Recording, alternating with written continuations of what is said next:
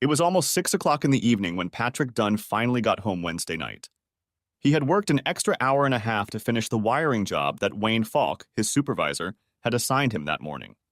Because he stayed late, he was able to complete the job almost a half day earlier than the estimate. That said, he had worked like a damn man all day, and you could feel it in his sore muscles. It was almost a good thing that his wife Glenda had left that morning for 3 days of seminars in Columbus. He had originally offered to take the day off and accompany her on the trip, but she had kept him on his toes by reminding him that the two of them would be taking a cruise during spring break. They had tickets, and he had already booked a vacation for the trip. The tickets were displayed prominently on the middle shelf of the china cabinet so that they could be seen by looking into the dining room. Patrick was a little surprised that there was no message on the answering machine saying that she had arrived all right. She had decided to make the 3-hour trip rather than take one of the commuter planes, which wouldn't have been unreasonable either. If he remembered correctly, check-in started at 7 p.m., so he decided to give her a quick call and hit the speed dial button on their wall phone that connected him to her cell phone. It only rang twice before she answered. "I was just about to call you, Patrick. You must have read my mind." Her voice was happy, and he could hear the crowd buzzing around her. He wasn't surprised that she knew he was on the phone, because the display showed that the incoming call was from her home phone. "You know I've always been able to read your mind, darling. So you've obviously gotten there safely. How's the traffic situation? I hope you still have fenders on your car?" He chuckled loudly, knowing her first response would be to defend her driving skills. He imagined the look of annoyance on her pretty face and realized that if they were face to face, she would stick her tongue out to let him know what she thought of his question. The fact that it was early January and there might be a little snowfall worried him a little. If she'd gone by car, he'd be happy if she'd gone by plane. He was relieved that she had answered so quickly. She laughed and replied, "Of course, everything is safe and sound. The trip here went without incident. Traffic was light and I found the Sheraton Hotel with no problem. That map you printed off the internet was very helpful, dear. You know I'll do anything to help you, dear. Nothing is too good for my Glenda, as I always say. I spoke to my boss this morning and he happily agreed to give me the day off so I could join you." "No, you're not coming here," she replied quickly, her voice going an octave higher. After hesitating for a few seconds, she continued more calmly. "We've talked about this before, Patrick. You know I want to wait until spring break so we can go on a trip together." "Yeah, I know. I'm just pulling your chain, Glenda. I haven't talked to them about any time off." That was what he was going to answer, even before she flatly rejected the idea, but it bothered him that she was so firm in her response. "I'll stay home like a good boy and do as I'm told." He laughed, as it was not in his nature to let her get her way so easily. He noticed the relief in her voice when she said, "Glad to hear it, Patrick. It's just going to be a boring few days, and I've already picked out a full schedule of seminars to attend. While we're here, we wouldn't have time to do anything together. You said I must be reading your mind, Glenda. Did you want to talk to me about something?" "Oh, I'm glad you reminded me. I can't find my traveling bag. You know, the one with the sewing kit, lint remover, and other things in it. I was sure I packed it. Could you check in the bedroom to see if I left it there? Maybe it's in the trunk of the car if you don't see it there." "Sure, babe." "Wait a minute. I'll pick up the cordless phone in the bedroom." He put the receiver on the counter and quickly headed upstairs to their bedroom. He had only had time to take 2 steps into the room when he saw the briefcase she was looking for on the corner of the dresser. He picked up the cordless phone and said, "Problem solved. The bag you were looking for is right here on the tall dresser. Just have to be careful not to lose any buttons and stay away from the lint." He laughed. "Oh, thank goodness it's there. I didn't want to have to go down to the garage to look for it. They have a little store near the lobby and I can just buy whatever I need." She hesitated for a few seconds before continuing. "I have to go now, dear. They opened the registration desk early and I'm already third in line." She quickly continued. "I probably won't be calling much this week because tomorrow night I have an evening presentation from 7:30 to 10 p.m., and they have a fancy dinner planned for Friday night. Saturday morning is my last seminar, so I'll head home right after lunch and have time to have dinner with you, honey." "That's all right, dear. I worked extra today, and I'll probably be able to make it Thursday and Friday. Call me if you can, and I'll call you if anything important comes up." Anyway, I'll see you at dinner on Saturday. They exchanged a few more pleasantries before ending the conversation. As Patrick went downstairs to hang up, he began to think about Glenda and her reaction to his joke about wanting to join her. For months now, she had been acting a little strange, either too quiet or too eager to please.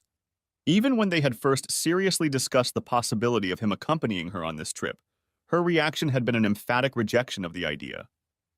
The realization that he was hungry distracted him from thinking about Glenda's recent actions, and he decided to order a pizza. There was still almost 40 minutes until the estimated delivery time, so he headed straight upstairs to remove his dirty work uniform and take a shower. After that, he changed into jeans and one of his many work shirts emblazoned with the logo of Anderson Electric, his employer. He was relaxing at the kitchen table, sipping a beer, when they brought him a pizza. He knew he should have made himself a better dinner, but being overweight had never been a problem for him. His job kept him in great shape. Glenda wasn't a big fan of pizza, so he felt comfortable indulging himself while she was away. The next day, he would pack leftovers for lunch. Most of the workstations had a microwave where he could heat up the food. He spent the next hour watching one of the news programs on TV, but soon realized that his concentration on the talking head had waned, and he was back to thinking about Glenda and her change in behavior over the past 60-plus days. It bothered him that something had changed with her and that she had objected so strongly to him joining her on her big trip. Glenda was a real beauty in her 35 years, tall and slender, with long dark hair and dark eyes. She worked as a sociology professor at a local college. She had just been hired as a professor at the end of the previous academic year and was very proud of the fact that she had succeeded. As one of the junior faculty members, she had more classes than the others, but she mentioned that she was given the services of a teaching assistant, or TA as she called it. When the fall semester started, she told him how nice it was that her TA, a senior who was graduating in the spring, could do some of the grading and student advising tasks that she had always been solely responsible for. She mentioned that his name was Anthony, but Patrick couldn't remember if he'd ever heard his last name. His name had come up a few times in the first couple months, but she hadn't said anything about him in a while. In mid-November, she started talking about some upcoming seminars she wanted to attend. They were scheduled for the week off between New Year's Eve and the start of the second semester. It was considered professional development, and the college was paying most of the cost. At first, when he had suggested she go with him, she had raised no objections. However, after 2 weeks, she decided she didn't want him to go with her and suggested a trip during spring break instead. Reluctantly, he agreed to her emphatic decision. There was little talk of seminars at Christmas, and they enjoyed the holiday, spending it with family and friends. He noticed that she had received several large envelopes with registration and training materials, and that her registration had been quickly sent back. She seemed eager to travel, and had even started packing her suitcase a couple days before New Year's Eve. She had always been organized, and this was not unusual for her. He returned to their bedroom just after 8 o'clock, intending to continue reading the book he had left unread on the bedside table. When he got to the bedroom and noticed the bag Glenda had mentioned, he decided to put it back on the closet shelf where it was usually kept. When he picked it up, he noticed that it was on top of Glenda's journal, a book he thought she usually kept in her bag. They had been married for 8 years, but he rarely saw her diary, as she hid it in a safe place most of the time. He had jokingly asked her to let him read the diary years ago, right after they were married, but she had flatly refused, letting him know that it was her personal and private use. She said it was the same as her thoughts or memory and for her eyes only. They never discussed the subject again, and in the 8 years of their marriage, he had only seen it in her hands a couple of times. Both times it had caught her by surprise, and as soon as she saw it, she closed the book and snapped the little lock, effectively locking it away. Patrick suspected that she did her journal entries while in her office at the college, though she could have done it at home while he was at work. Their schedules didn't match, and she was usually home when he left and back by the time he finished his shift. Returning the bag to the closet, he walked back to the dresser and picked up the journal, the first time he'd touched it in a while. The book was 6 inches by 8 inches and an inch thick. It was bound in red leather and closed securely with a latch held by a small brass lock. As he picked up the book, it occurred to Patrick that it probably held the secret to Glenda's change in behavior over the past few months. Instead of putting the book back on the dresser, he carried it downstairs, returning to the kitchen. The light was much brighter there, and he scrutinized the book and its lock. The first thing he noticed was that when he examined the top and bottom of the book, it appeared that only a third of the pages showed signs of use, and the rest looked untouched. His first thought was that there was no way this book could be Glenda's only diary. It was unlikely that 8 years' worth of entries could only take up a third of the book. He knew there must be other, older volumes. After pondering for a few minutes, Patrick realized that the only likely place the earlier diaries could have been kept was Glenda's closet. They each had their own closet, and he had never gone into hers. Pondering this, he headed up the stairs to their bedroom. After 5 minutes of careful searching, he found a shoebox on the back top shelf, and upon opening it, he discovered a stack of red leather diaries. He immediately returned to the kitchen with his treasure.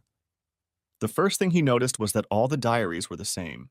Each had a small round white sticker on the spine, and the 6 books he found were numbered 1 through 6. The one currently in use was unnumbered. Looking closer, he realized that each of them had the name Coombs embossed on the bottom of the back cover, and he recognized it as the name of a local specialty store.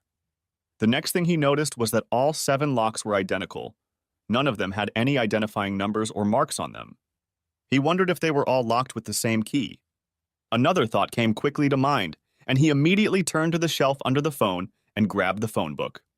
In just a few seconds, he found the phone number for Coombs Specialties. It was now 25 minutes to 9, and he wondered if they would be open since many downtown stores were open late on Wednesday nights. After 2 rings, the phone was picked up. Coombs Specialties. How may I help you? The voice belonged to a young woman, and her question sounded sincere. Hello.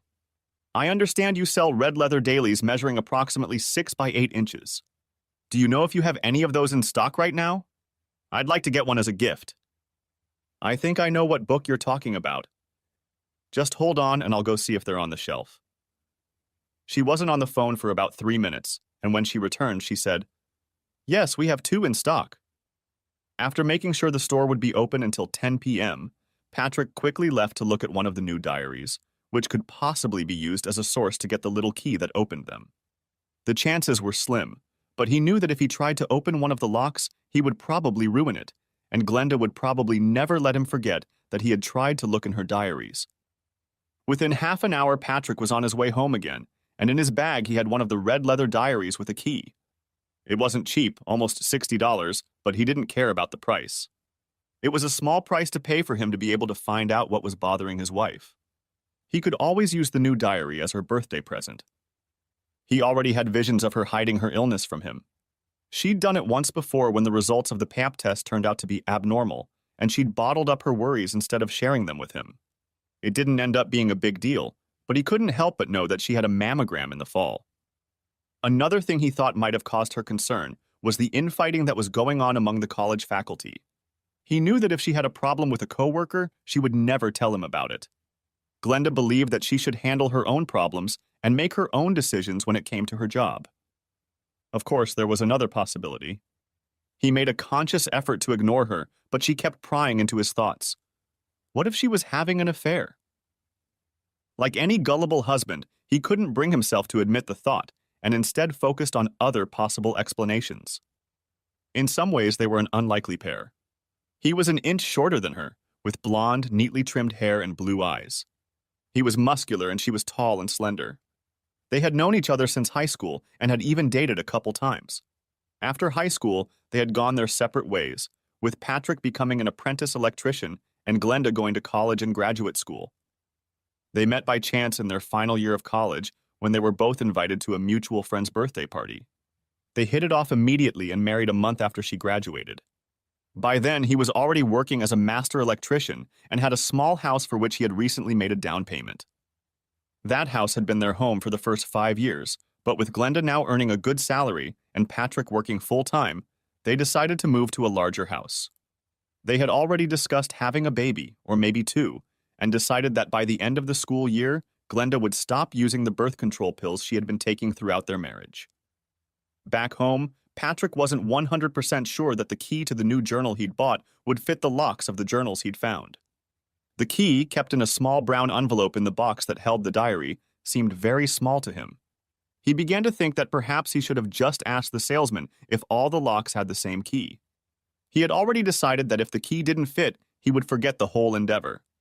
If each lock was locked with a different key, He wasn't going to waste time searching the house for Glenda's hidden stash of diary keys. Anyway, 5 minutes after he walked through the door, he was sitting at the kitchen table with a stack of diaries and an open can of Coke in front of him. The small key was in his right hand, and he was looking at the seventh diary, the one with Glenda's last entries. He knew that if he tried to use that key and it worked, there would be no turning back. He would open her diary and read what she had made clear was meant to be left for her alone.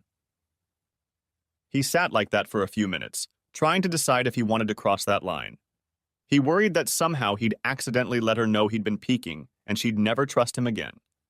Eventually, concern for her health and the constant unspoken question in the back of his mind prompted him to pick the lock. The key fit precisely, turned smoothly, and the lock opened with a click.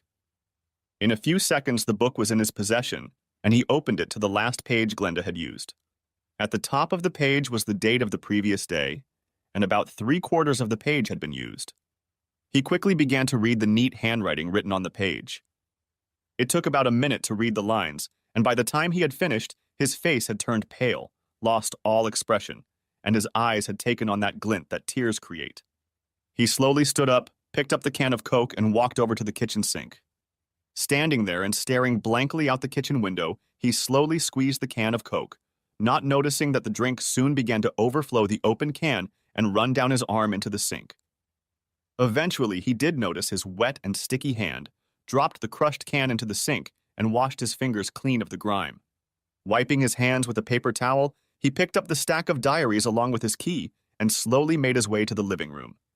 He placed the stack of books on the end table next to the recliner, turned on the lamp hanging above it, and sat down in his favorite chair. As he made himself comfortable, he picked up the unnumbered 7th journal and opened it to the first page. He had a very clear idea of how the story would end. Now he needed to know how it had begun. The page he had read had forever changed his view of his perfect wife and their perfect life together. He needed to find out the details of how it happened, and he hoped the diary would help him do that. Instead of reading the events in reverse order, he chose to read them chronologically. For a while, he thought about going straight to the Sheraton Hotel, going up to room 412 and dealing with his wife. But he quickly decided that would probably be a surefire losing proposition. Either he'd get into a traffic accident rushing there, or he wouldn't be able to hold his own if he got there in one piece. The only option would have been to call her, but he was afraid he'd break down hearing her voice, and he was too much of a man to break down like that. The first page was dated early June, just over 6 months ago. He began reading it, carefully searching for anything that might have anything to do with the devastating information Glenda had written on the last page. None of the entries pertaining to the summer months contained anything that could help him understand his wife and the plans she was making. There were a few mentions of being content with her life, her husband, and how her career had progressed since she'd been hired. Everything he read should have made him feel happy and proud and confident in his marriage, but he knew how the story would end when he reached the last page. That knowledge spoiled all the good things he was reading. In early September, Glenda finally made an entry in her diary that had something to do with what Patrick was looking for. He leaned back in his chair and reread the relevant part of the entry twice. The 8th of September. Dear Diary, my new assistant dropped by my office today. He is a little taller than me, maybe an inch or so, has black hair, dark eyes, and a short beard, rather unshaven. He introduced himself as Anthony Romano, and he reminds me of someone, maybe a movie star. He left me a printout of his grades, and he seems to have good qualifications. Patrick began reading the diary more carefully, looking for any other mention of Anthony Romano, the teaching assistant. There was nothing in the next 2 entries, which contained only thoughts about her classes and how they were going. She seemed to be quite content, although perhaps a little nervous about how she would handle one of the larger classes she had. It had over 100 students, and she wondered how she would handle that many. The 15th of September. Dear Diary, Anthony is now helping me with my large class. He answers students' questions when I am busy preparing materials for lecture. I have noticed that my female students seem to be partial to him. I heard 2 of them discussing him as they left the classroom and mentioned that he looked a lot like Leonardo DiCaprio. That must be why he seemed familiar to me. As he continued to read, the mentions of Anthony Romano became more and more frequent. He read even more carefully now, pausing at times to reread certain passages. The 20th of September. Classes are going on as usual. A few students have dropped out, I think they thought the course was too difficult for them. I have noticed that when I lecture, Anthony takes a seat in one of the front rows, where he seems to spend all his time watching me. I'll have to give him more work. The 24th of September. I had about 3 free hours this afternoon and was working on a reading assignment when Anthony dropped by my office. He stayed to help, and the work went quickly. We both made copies and selected articles for inclusion. The entry continued with a long paragraph in which she mentioned her intention to talk to Patrick about how children might fit into their future. It was the first entry he found that mentioned the topic. The 30th of September. During the lecture, I caught Anthony looking at me again. I looked at him and frowned, and I'm sure he realized what I meant, but he just grinned and continued to watch me. At the end of every class, at least a couple female students approach him to ask him questions about the lecture. None of them seem to want to approach me for information. My guess is that they are more interested in him than they are in helping him. Overall, my students seem to be doing well, which makes me very happy. It's not that I haven't lectured before, but now that I'm a full professor, I feel more pressure for my students to succeed. Several recordings in a row did not mention Anthony, although it was obvious from them that her classes were going very well. In all the recordings, she was happy and upbeat and mentioned her firm decision to talk to Patrick about their plans. He remembered that it had been some time in the fall when they had first talked at length about their shared desire to have at least one child. Glenda wanted to finish her first year as a full professor without the worries and responsibilities of pregnancy, so they decided to wait until the end of the school year and start trying to conceive. October 8. I am so excited! Patrick and I have decided to have kids, and I plan to stop taking the pill as soon as the spring semester is over. I told Anthony about all of this, and he seemed so happy for us. We were in my office, and he walked over to where I was sitting at my desk, took my hand and lifted me to my feet, and then hugged me very tightly. He took me by surprise, and when he seemed reluctant to let me go, I had to gently push him away and remind him that my office door was open and anyone could walk by. The 10th of October. Anthony came into my office this afternoon, and I must confess to being a little concerned. I did not see him come in, and only realized he was there when I heard the door close and lock. When I looked up at him, he smiled at me and said, "Now no one can pass by and see us." I clearly told him to open the door, and he did. He stayed for about 15 minutes and then finally left. Now I wonder what he meant to say when he locked the door. The 11th of October. I was preparing questions for a test paper for my freshman year when Anthony came over to see me today. He stayed to help, and it really made the work easier. He apologized for closing the door yesterday, and I told him it was okay. When I asked why he was so interested in me, he said that he enjoyed the company of mature women much more than girls his age. I told him that I was happily married, but I must admit that I found his words very flattering. The thought that he could potentially be more interested in me than some of the younger women at our college excites me so much that I find it amazing. The 13th of October. I expected Anthony to stop by my office today, but he didn't. I was a little disappointed as I wanted to talk to him some more about what he said about being interested in mature women. The 15th of October. There were a lot of students in my office today when Anthony came in. I was hoping he would stick around until the last one left, but he was gone when I finished discussing essay topics with the last group. The 16th of October. Today I finally got a chance to talk to Anthony. He asked if I could close the door so we wouldn't be disturbed, and I agreed. I was able to ask him about why he finds mature women more interesting, and he told me that his first experience was with a 40-year-old widow who lived in his neighborhood. He claims that girls his age don't know what they want themselves, not like mature women. I wanted to show him that I wasn't mad at him. He turned and walked out of my office without saying anything. I realize now that I should have condemned what he did and told him again that I was a happily married woman. But I didn't, and now every time I let my mind wander, I relive that moment. Patrick was disturbed by this entry because it showed him that while Anthony was constantly overreacting, Glenda was not reacting the way he thought she should. He left the book open on the chair and went to get a new can of Coke. Soon he was back in the chair with the book in his hands, ready to continue reading about the apparent seduction of his wife. The 20th of October. Late this afternoon, just before I was about to leave the office to go home, Anthony appeared at the door and asked if I was busy. As soon as I replied that I wasn't, he walked in and closed the door behind him. He completely ignored my request to open the door and headed straight for me. He took my hands in his and told me that he had been thinking about me constantly for the past 4 days. He said he wanted another kiss, a longer one. I told him that I was not a widow looking for a lover and that it was not appropriate for him to pursue me in this way. He said he understood, but asked me again, saying it would be in honor of his birthday. I thought it would be the easiest way to get rid of him and agreed, which I now regret. I didn't know what to say and apologized for not having a birthday card to give him. He smiled and said it was okay.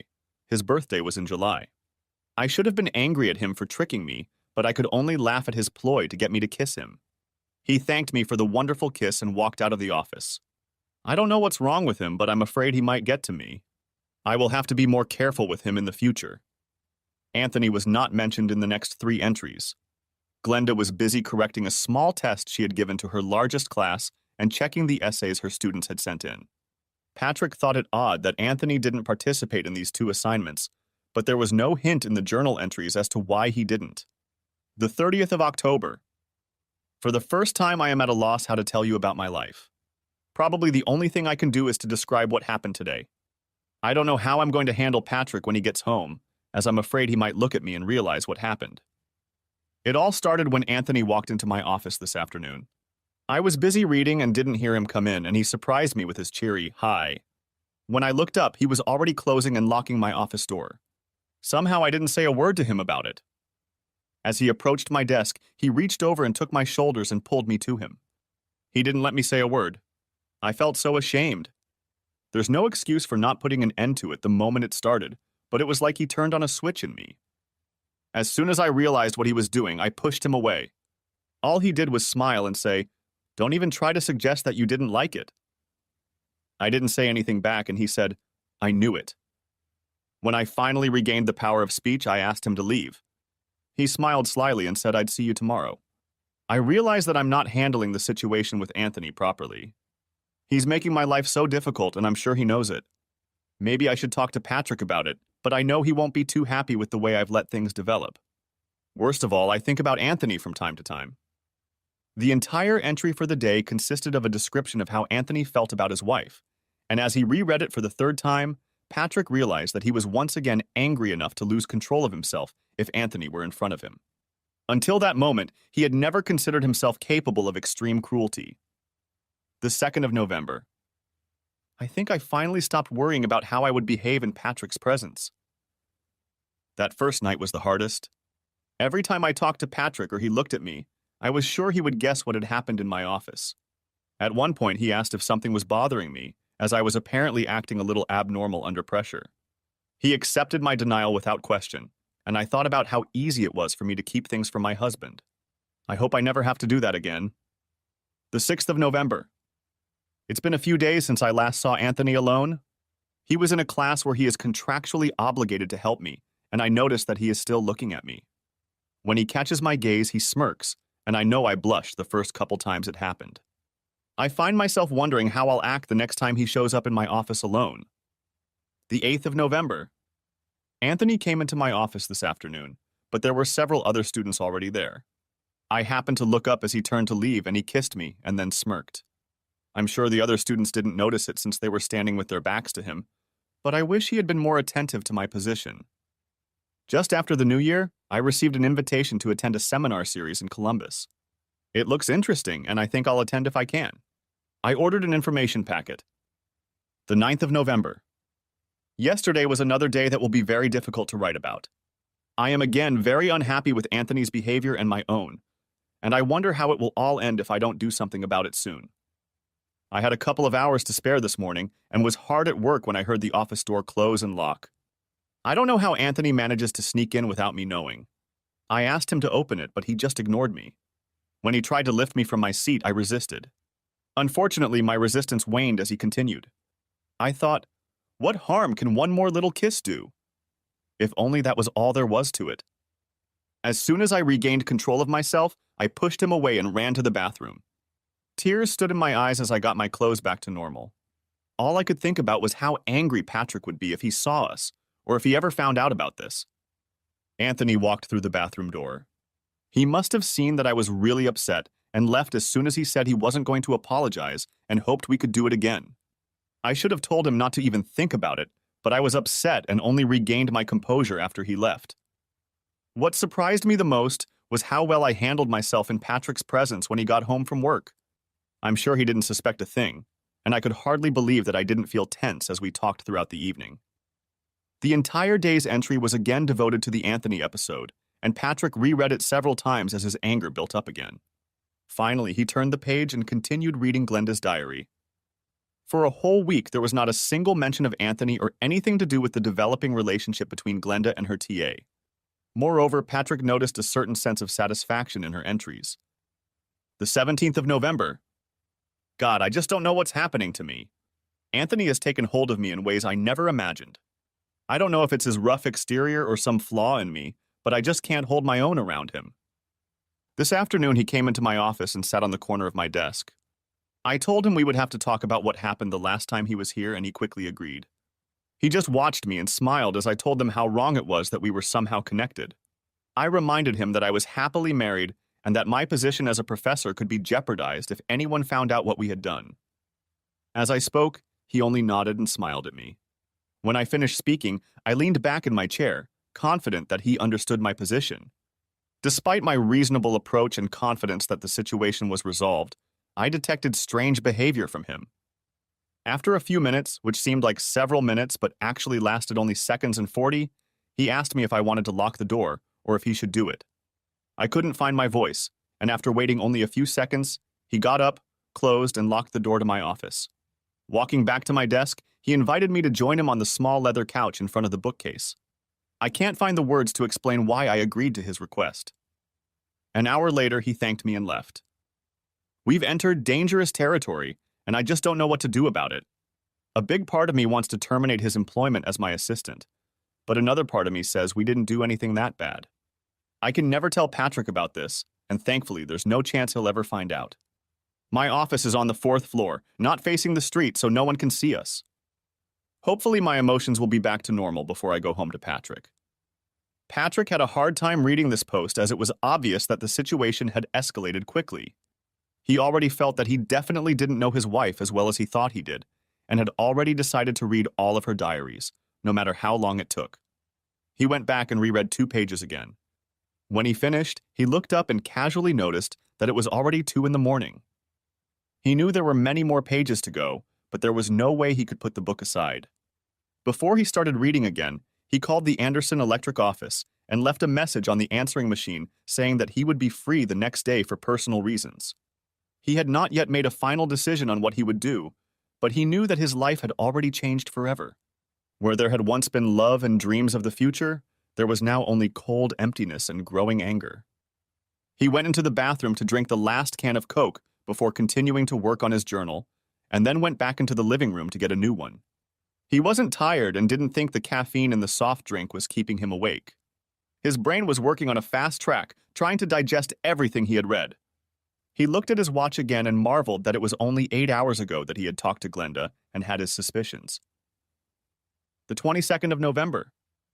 Anthony was in the office this afternoon, and I did my best to keep a desk between us. He didn't push his way in or try to lock the door. I had felt so guilty the last few days that I would never have agreed to let him even touch me. I think he sensed my determination to keep things on the right level between us. I hope I can keep that determination. For the next few days, there was no mention of Anthony in the records. He could tell that Glenda was in high spirits as the first semester was winding down. There were only a couple weeks left, and she was looking forward to the end of them. The 23rd of November. I told Patrick about the seminars, and he doesn't mind my participation. He even offered to take some time off to go with me. I'll have to think about it. We could do some things when I'm not attending seminars. It was obvious to Patrick that between the 23rd of November and mid-December, Glenda's decision to have him accompany her to the seminars had completely changed. He continued reading. The 25th of November. Anthony was in the office this afternoon asking if he could come over to my house. I clearly answered him that this was not going to happen.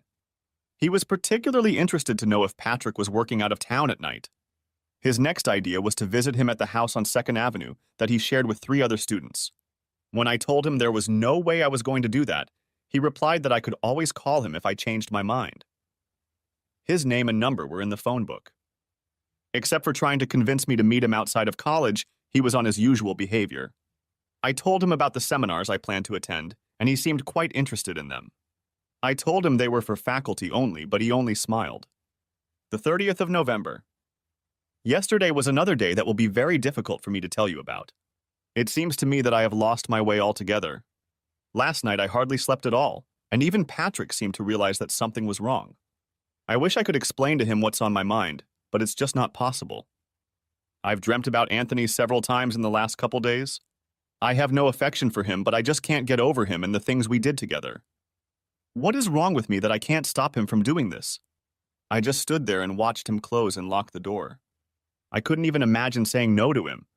The whole time we were on the couch, my mind was telling me to stop. When he left, I closed the door and started to get dressed, crying. How could I let this happen?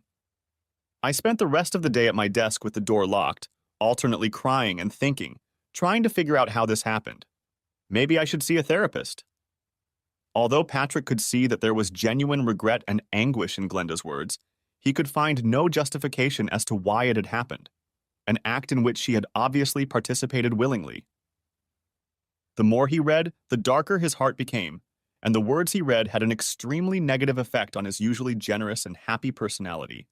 In the Patrick who appeared none of his friends, relatives, or even Glenda would recognize him. The 3rd of December. Anthony stopped me in the hall this morning and asked me if I would reconsider meeting him at the house he was sharing. He said he wanted to spend a few hours with me in a real bed. I told him to forget it, that I would never consider meeting him, especially in a place where I could be seen. I reminded him again about my husband and career. When he seemed resigned to my words, he quietly made another suggestion to me. He asked if he could accompany me to the seminars in January. He had seen my brochure from the Sheraton Hotel where the group was staying and said that for a group of sociology professors, all seats would be taken.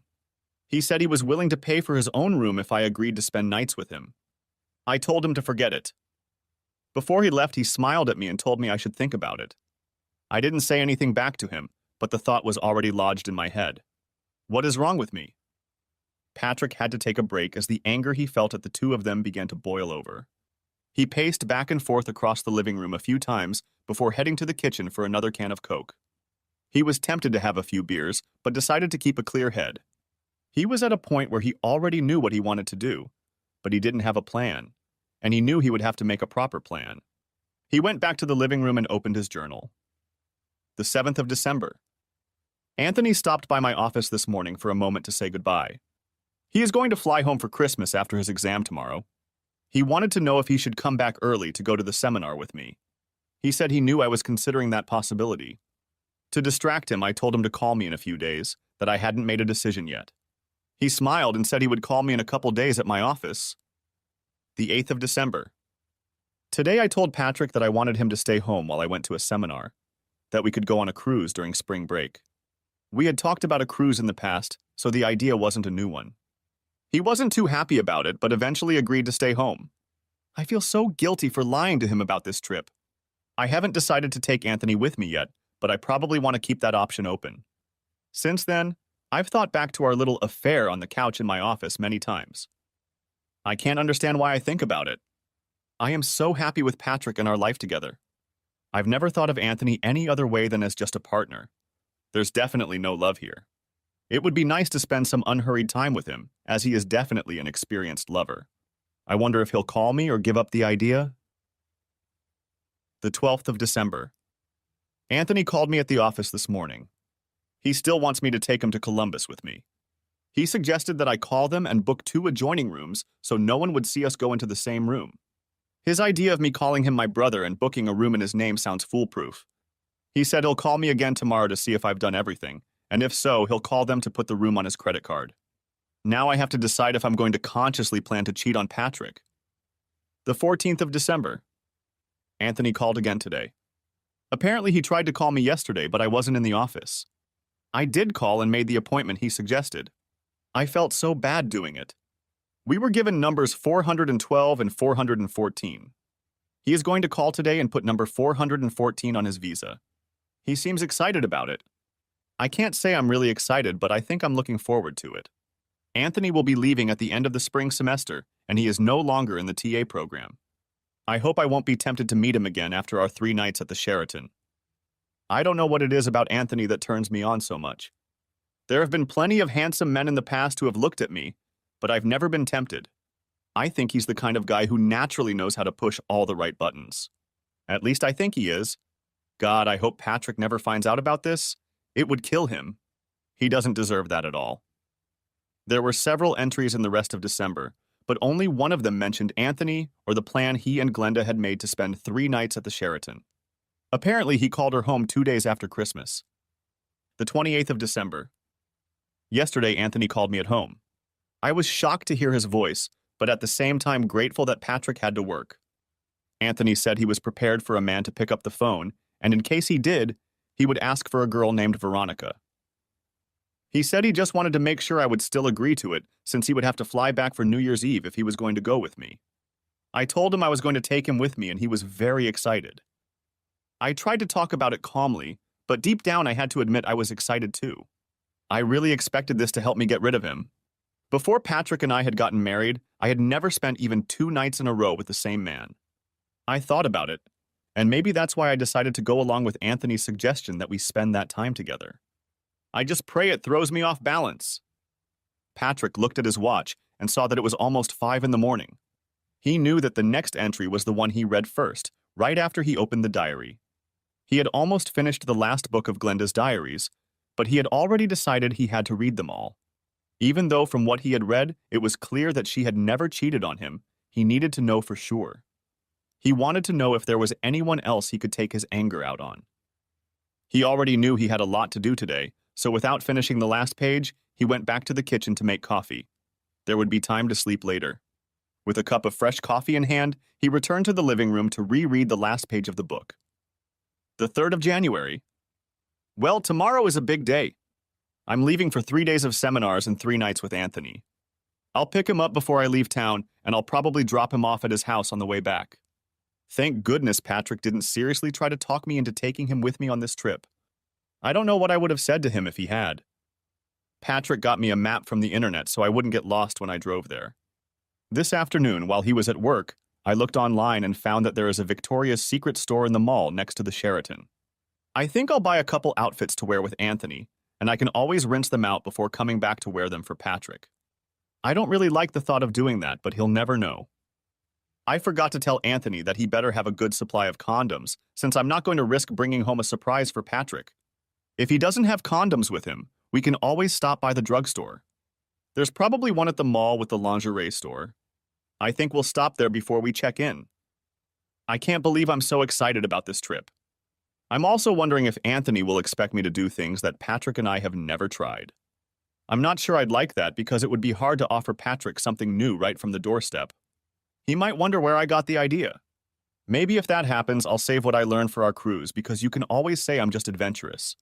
I've already started packing and I hope Patrick doesn't find it suspicious. The last thing I want is for him to suspect anything. I just read all my thoughts for the day and wondered if I could really go through with it. What happened in my office was very spontaneous. If Anthony and I are going to spend even 1 night together on this trip, it will have been planned in advance. There's no way I can justify it, even to myself, as a momentary weakness. I guess I could still tell Anthony that I refuse and pay for his room and travel expenses. That's probably not a problem now, though. I'm already getting wet just thinking about it. Patrick finished his 7th journal and sat sipping his coffee, going over in his mind all the details he had read in the previous 9 hours. Sitting down, he began to formulate a plan that he could work on for the next 3 days. He had already made up his mind that he was done with his marriage. Even if she reneged on her agreement with Anthony, he would never be able to trust her again. Even the thought of forgiving her seemed hopeless. Hours passed, and he could feel his love for Glenda fading away, while at the same time his hatred for Anthony grew exponentially. Shortly before noon, Patrick got up from his computer and went to get a cordless phone. Taking it out, he sat down at the computer again and dialed the number on the screen. Pearsall Investigations. How can I help you? The woman who answered the phone spoke in a very businesslike manner, and Patrick noticed it immediately. Do you handle divorces? Patrick wasn't sure what to call the work he wanted to do, but assumed it usually involved divorces. If you mean do we get pictures of cheating spouses and things like that, the answer is yes. Would you like to talk to the investigator? The woman's professional manner gave her away, and Patrick now felt comfortable. Yes, I'd like to talk to someone. It's the kind of work I'd like to do. The phone switched to a soft rock station, and Patrick waited nearly 30 seconds before the investigator answered the call. This is John Pearsall speaking. I understand you're looking for divorce evidence. How can I help you? The man's voice was very businesslike, and Patrick immediately set about telling him his story. I believe my wife is having an affair with a man at the Sheraton Hotel near the airport. I was wondering if you would be able to provide me with photographic evidence and how much it would cost. Patrick wasn't sure exactly what he needed to know or how exactly he could convey his request. The Sheraton, you say? We can definitely handle that. Is this happening now? What kind of timeline are we talking about? Patrick made himself comfortable and said, My wife is there now. She's staying until Saturday morning. She's staying in room 412, and the man she's seeing is in 414. They're adjoining rooms. They were there last night as well, but I didn't decide what I was going to do until this morning. My wife is attending a series of seminars, and the guy she's dating came with her. He wondered if the investigator would understand this unintended double meaning. John Pearsall must have caught the joke, for he chuckled before saying, I need a few more details, and I'd like to know what kind of surveillance you want. First, could you give me their names and descriptions? Patrick described his wife and offered to email a picture if necessary. He had found the firm through the website, but didn't want to waste time emailing. He also gave Anthony's full name and gave him a vague description from his wife's diary. It's pretty simple, Mr. Dunn. We can install cameras in their rooms this afternoon and leave them there until the weekend after they check out. It will only take a few minutes to install the equipment, and I just checked my data on the Sheraton. We have an acquaintance who will let us into the rooms for a flat rate per entry. Unless you are going to require us to keep an eye on them, there is no hourly charge for our services. I think a flat fee of $800 will suit you if you only want photographic evidence. You said cameras. Wouldn't it be a lot cheaper to use just one? I only need confirmation that they were together. In fact, I'd like to check them out just tonight. If there are pictures that prove they spent the night together, I'd like to have them by late tomorrow evening. Patrick hadn't thought about the details and what it would take and didn't know what to ask. We don't know which room they will use, so we will have to install cameras in both. The cost is reasonable considering the high-quality equipment we use and the expense we incur. If we pay a maintenance man to let us into those two rooms twice, once to install the equipment and once to remove it, it will cost us $100. I'm sorry, I didn't think. I've never had to do this before. I assume you want an upfront payment. I'll make the payment by credit card on your website, if that's okay with you. Patrick was determined to set things up. The man he was dealing with sounded like a professional, and he didn't feel like going all the way out of his way to meet him in person. With the help of the website, everything will be fine. When you fill out the form, include the case number 1372A. That will help our accountants not get confused. As soon as I receive your payment, I'll head out to install the cameras. We'll create a DVD of the footage from the cameras.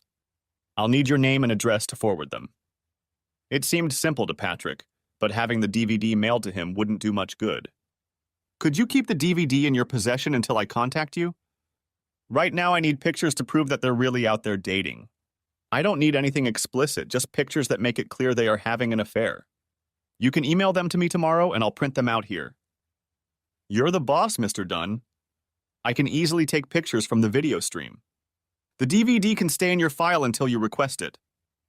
Patrick provided his phone number and made a credit card payment while they were still talking to each other.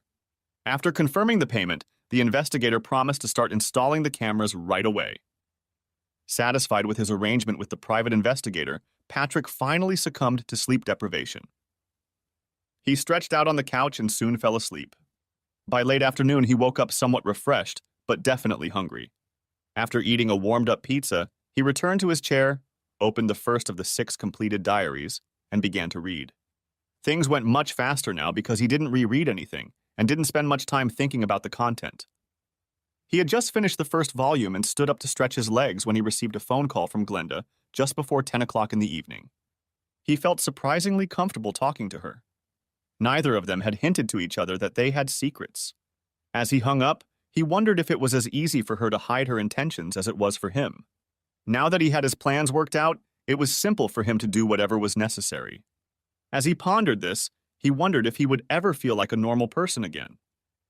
Before he started the second volume, he checked his plans one more time. He had more details to take care of on Friday, specifically visiting his bank and arranging finances. He had already called Anderson Electric and quit his job, and the last check was due sometime the next day. It was past 1 o'clock in the morning when he finally finished the second volume.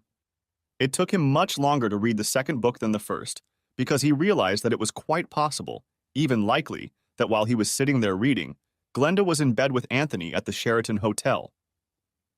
His thoughts turned now and then from the written pages to the exciting erotic scenes generated by his imagination.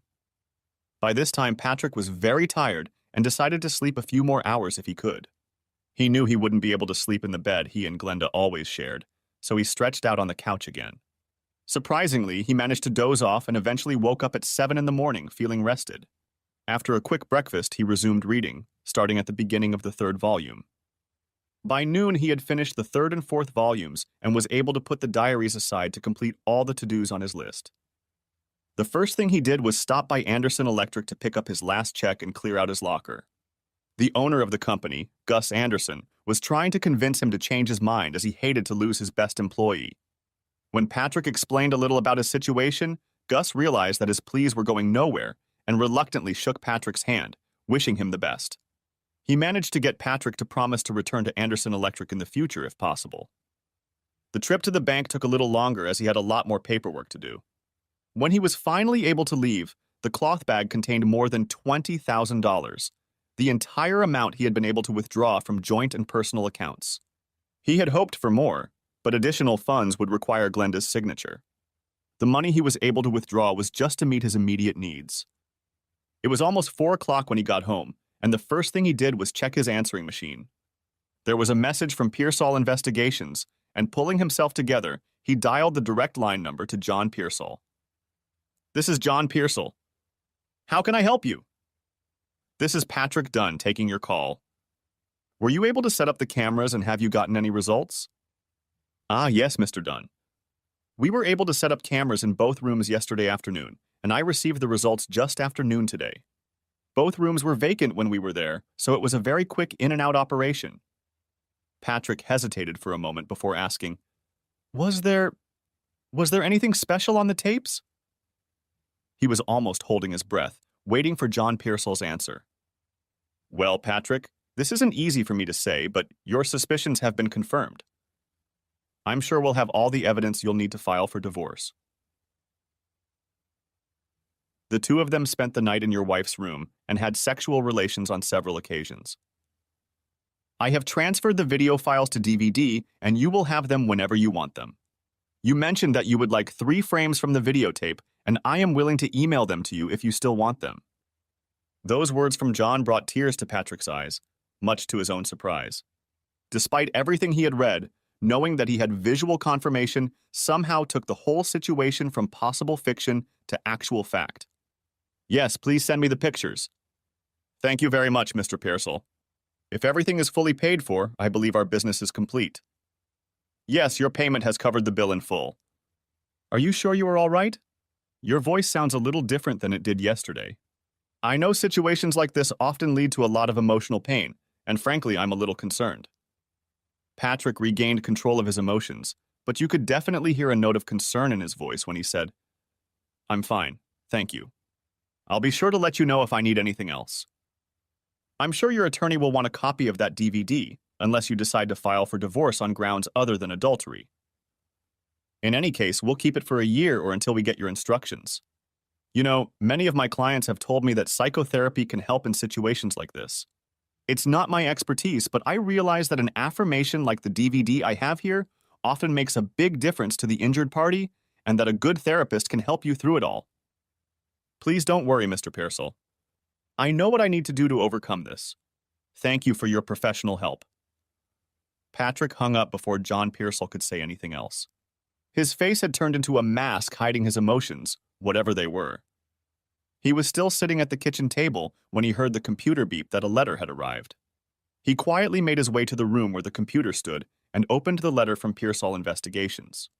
After looking at each of the 3 photos attached to the letter, he sent them to the printer, which had 8 by 10 photo paper tucked into it. Within minutes, he held in his hands the paper evidence of his wife's infidelity. As required, none of the photos contained explicit acts. One of the photos showed the two of them lying together under a sheet pulled up to their waists. This photo bothered Patrick the most. The frame captured in it was enough to get Patrick past the point of no return as far as his emotions were concerned. Taking one last careful look at each of the photos, Patrick placed all 3 in the brown envelope that was waiting there for him. Leaving the envelope on the kitchen table, he returned to the chair he had spent most of the last 2 days in and picked up the 5th diary. Shortly before midnight, Patrick finished the last 2 volumes of Glenda's diaries. As he sat and pondered all 6 volumes, he realized how much Glenda had always conformed to his ideas of her. There were very few surprises within the pages of these 6 books. Nowhere had he read anything that might have led him to think of betrayal. But he had learned many little secrets about her that helped him make sense of situations in their past. He realized that she was more insecure than he had realized, as many of her journal entries testified to how much she lacked self-confidence. But one thing that was still striking was her obvious deep love for him. This made it even harder for Patrick to understand her actions with Anthony. The only surprise he discovered was that their meeting at a birthday party years ago had not been a coincidence. He learned that when someone had mentioned in passing that the guest of honor knew Patrick, Glenda had been excited about the possibility of meeting him again. It was at her request that he had been invited to the party, and the rest was history. Reading the 2 volumes occupied him so much that it was only after finishing them that he realized Glenda had not called and that he was very hungry. While he made himself a sandwich and a soft drink, his thoughts were occupied with Glenda and Anthony replaying their parts from the night before. The thoughts kept him from relaxing and reinforced his commitment to the decision he had already made. Whether it was because of the dinner he ate before stretching out on the couch or the 8x10 pictures of Glenda and Anthony that appeared in his mind every time he closed his eyes, he slept very restlessly that night. It wasn't until 7 in the morning that he gave up trying to rest and got up to start the day he had been preparing for the previous 2 days. He had a lot of things to do, so he decided to get an early start. At 8:30 a.m., he called his only surviving close relative, his brother Samuel. It wasn't that they were estranged, but they rarely saw each other, aside from the obligatory Christmas visits. It had only been 2 weeks since his brother, sister-in-law Mary, and their 2 children, 12-year-old Sam and 10-year-old Brenda, had visited. It was obvious to Patrick that his brother was surprised to learn that Patrick intended to stop by that morning for a short visit. Fortunately, Samuel and his family had no other plans. Patrick managed to keep himself busy until he arrived at his brother's house a little after 10 a.m. Knowing that the 2 children were anxious to get back to their chores, Patrick called them into the kitchen where he sat down with his brother at the table, while Mary made fresh coffee. He knew from their Christmas visit that the family planned to visit Disneyland during spring break, so he gave each of the children a crisp new $100 bill to spend. They were thrilled with the gift, thanking and hugging each other generously. "You didn't have to do that, Patrick," Samuel said, "but it was very nice of you to make them so happy. How are you doing? Did you win the Powerball lottery?" Patrick smiled weakly and replied, "No, nothing like that. My luck is certainly nothing to brag about. I just felt generous." The 3 of them sat at the kitchen table with coffee and made small talk. Finally, Mary said, "I guess I don't need to dodge talking about the big plans you and Glenda have. She told me about how the 2 of you are going to start a family. I know you'll enjoy having children around, just as much as we will." Patrick was quiet for a few moments before replying, "She told you that, didn't she? I guess there aren't many things women don't talk to each other about." Before Mary could finish her sentence, Patrick continued, "It's hard to say how our plans will pan out. A lot of things can interfere with decisions like this." He effectively changed the subject by turning to his brother and asking him a couple questions about his work as a restaurant manager.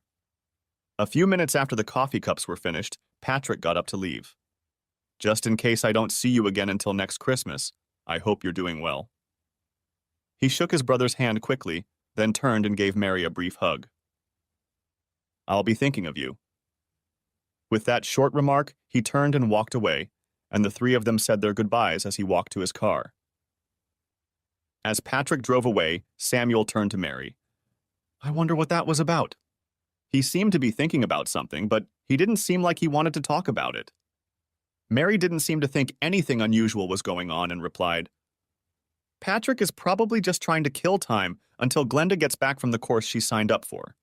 I remember her saying she'd be gone until tonight. The two of them, hand in hand, walked back to the house, discussing plans for the rest of the day. Shortly before 6 o'clock in the evening, Glenda Dunn drove up to her house.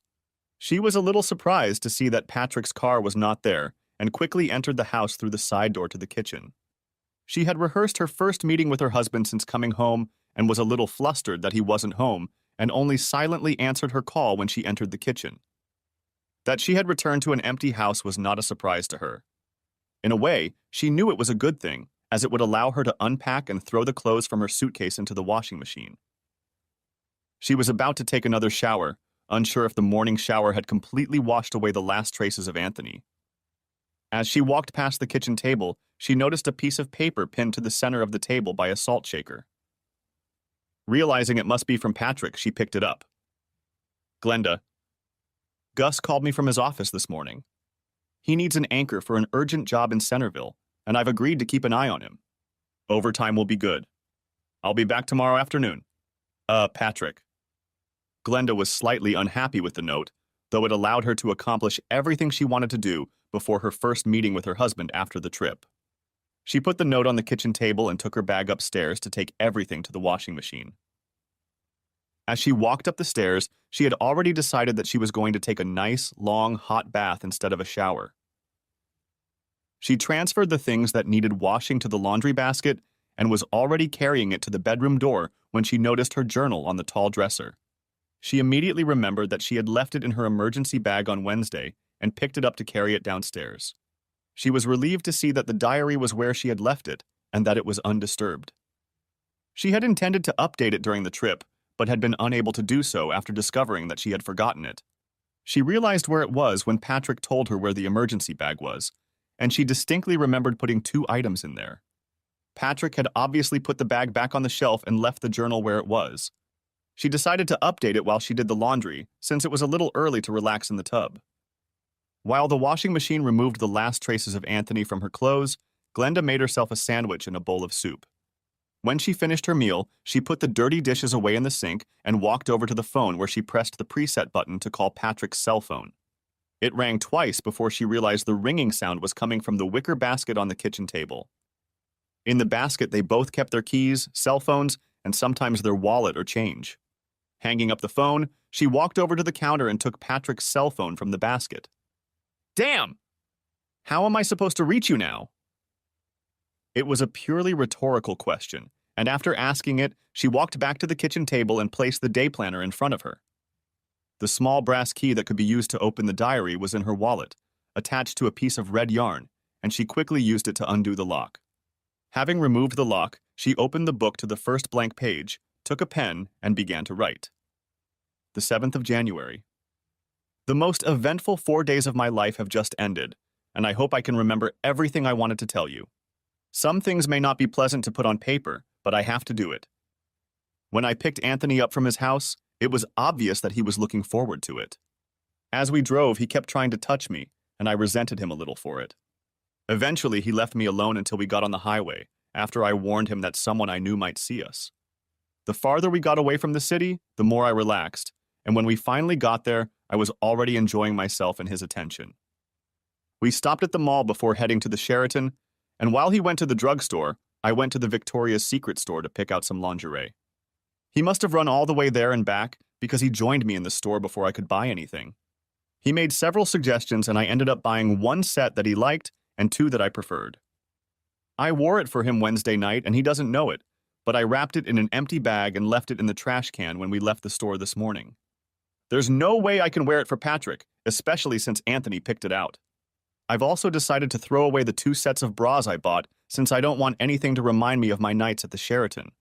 I know I will never be able to erase all the memories, but I will try. On Wednesday night, Anthony came to my room and it didn't take us long to get to know each other.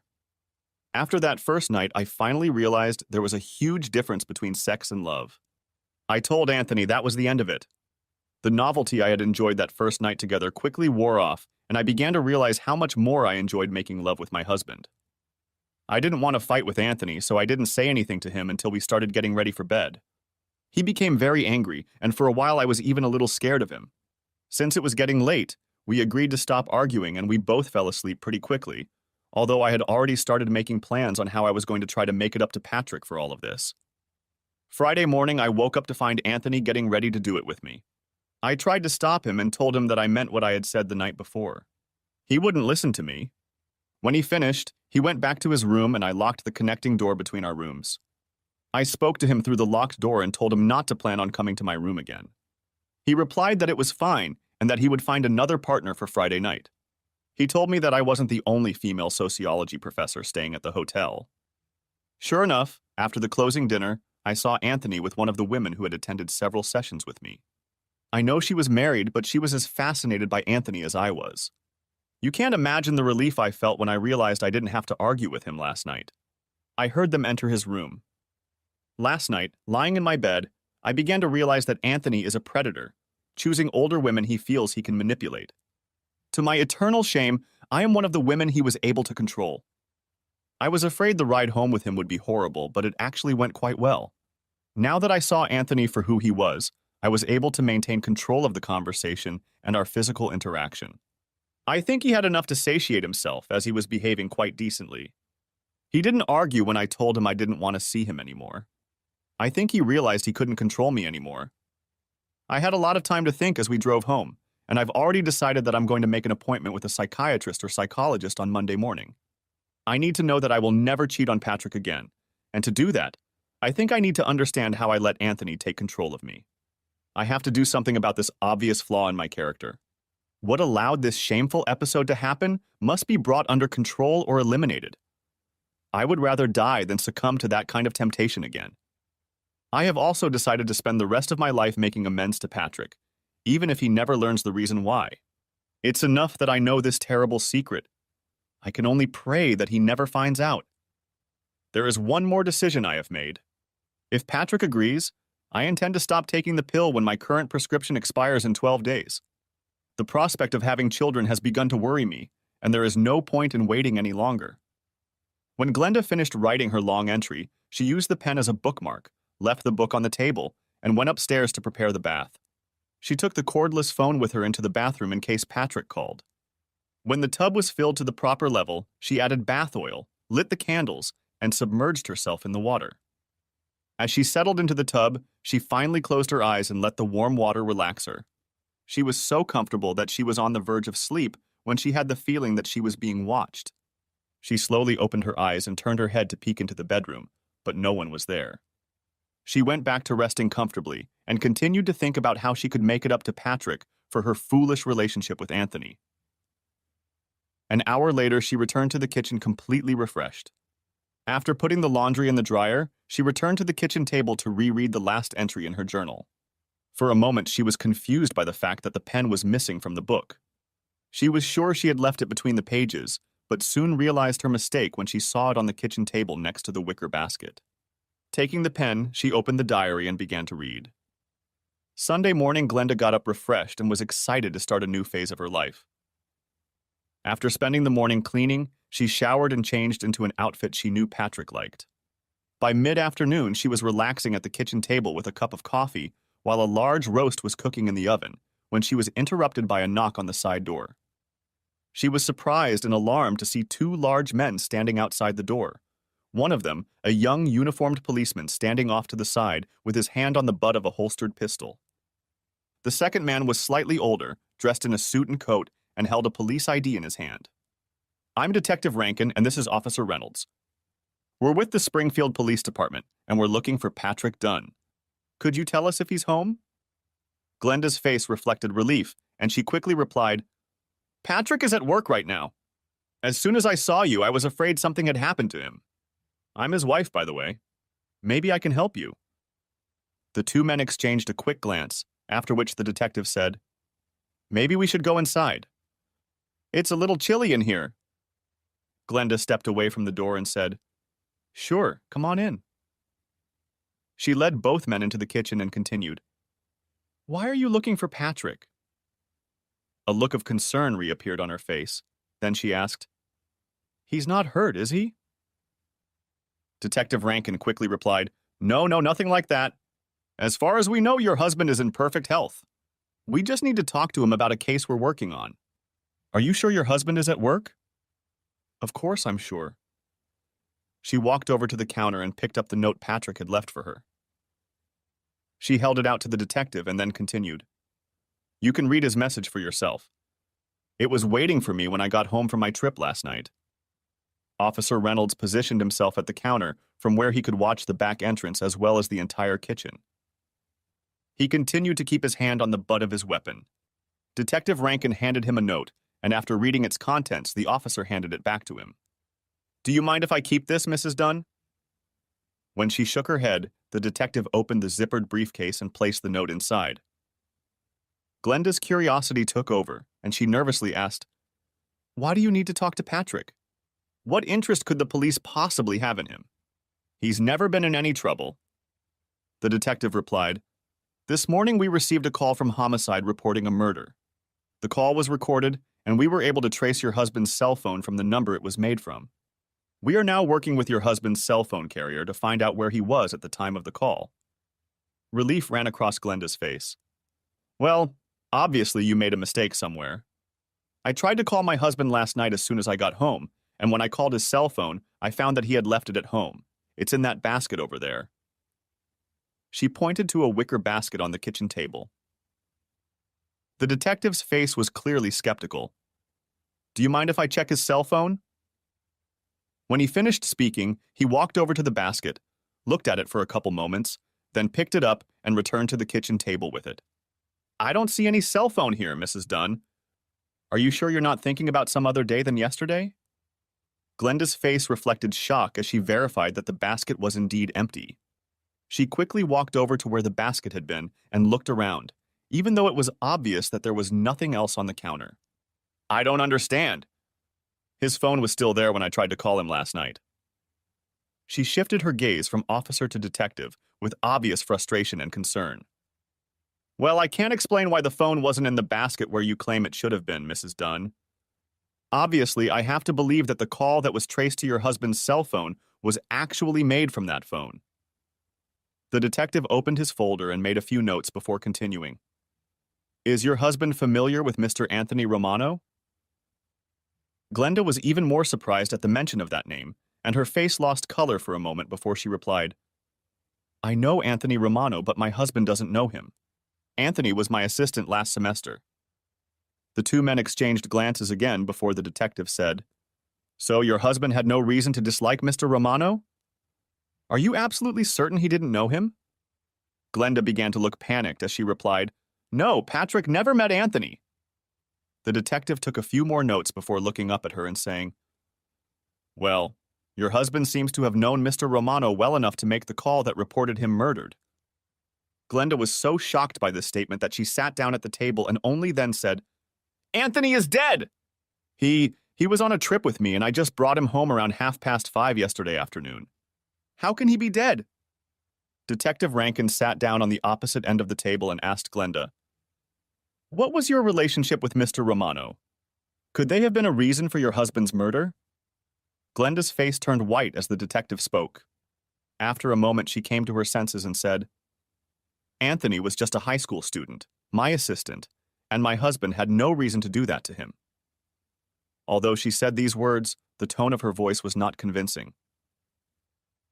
The detective made her sit and fidget for almost half a minute before he said, When we arrived at the address your husband gave us, we found evidence that Mr. Romano was attacked as he walked through his front door.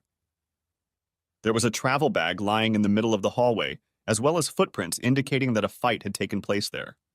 Apparently, Mr. Romano lost the fight and was dragged into the kitchen where he was tied to a chair with nylon straps that are commonly used to tie electrical wires together. Glenda began to cry quietly as he described the scene at Anthony's house. Mr. Romano was shot in the left knee before he was dragged into the kitchen, and the medical examiner believes a major artery was hit because a lot of blood was lost. We haven't gotten the autopsy results back yet. It appears that Mr. Romano was struck several times before he was killed by a single gunshot to the head. He continued, preliminary forensics also revealed that he was shot once in the groin, a non-fatal wound that was likely inflicted post-mortem. The estimated time of death is between 6 and 8 o'clock this evening. At this point, Glenda interrupted him, saying, Patrick could never do something like that to anyone. He's not like that. Her crying had almost stopped, and it was obvious that she was angry rather than upset.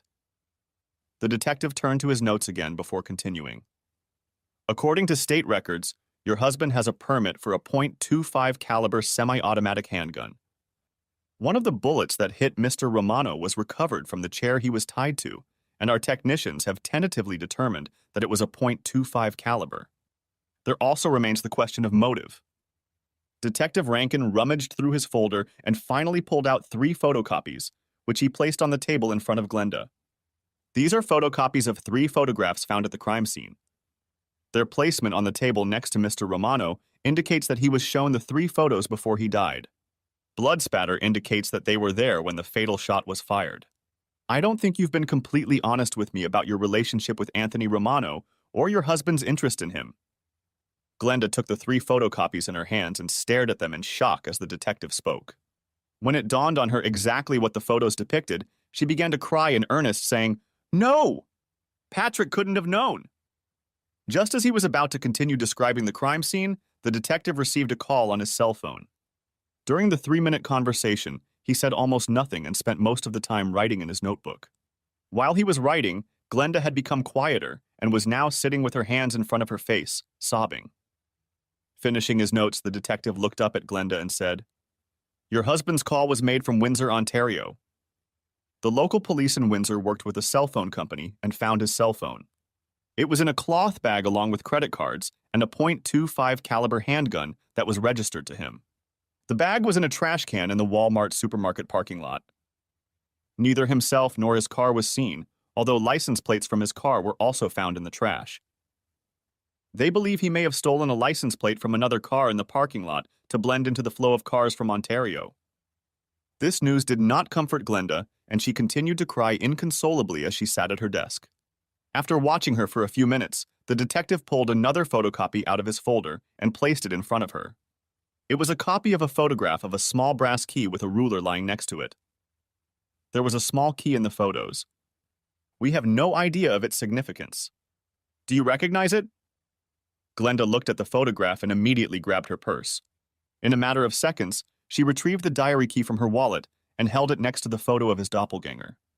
At that moment, she completely lost control of herself and slumped down in her chair. The only words she uttered afterward were, diary and Patrick. The 2 men stayed with Glenda for almost 15 minutes, waiting for her to calm down.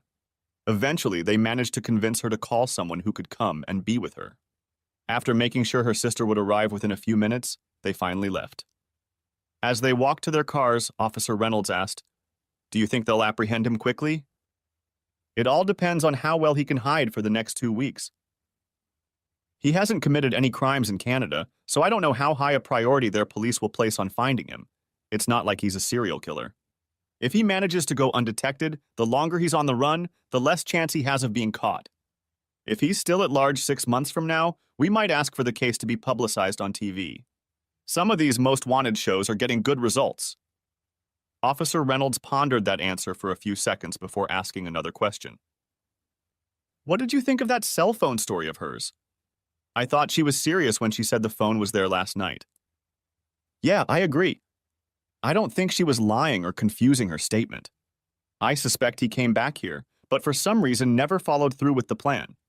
While here, he probably saw his cell phone and decided at that point to take it with him. The uniformed officer looked a little puzzled and asked, Well, if he was here, why wouldn't he let her know? It's kind of inexplicable that he came back and just took the cell phone. Detective Rankin stopped, looked at the young man and said, Think about it. Patrick Dunn just killed her lover and he's coming home. The only reason to come back that I can think of is to kill her, and maybe myself. I don't know what happened that made him change his mind, but I don't believe for a second that he just went back for his cell phone. Reynolds nodded his head slowly, mulling over the detective's words. Finally, he said, I believe Mrs. Dunn will eventually realize how close she was to losing her life and wonder why she didn't. I wonder how she'll feel about it. Thanks for watching. I hope you enjoyed it. So subscribe to my channel and watch the next video.